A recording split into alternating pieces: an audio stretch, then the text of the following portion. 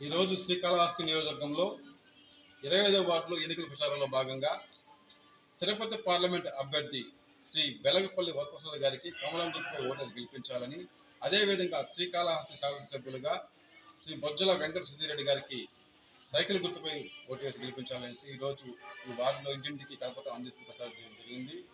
ఈ కార్యక్రమంలో పట్టణ ప్రధాన కార్యదర్శి పుణ్యం ఢిల్లీ కుమారు, అదేవిధంగా బీజేపీ సీనియర్ నాయకులు కుమార్ గారు మరియు కార్యకర్తలు నాయకులు అందరూ కూడా పాల్గొనడం జరిగింది.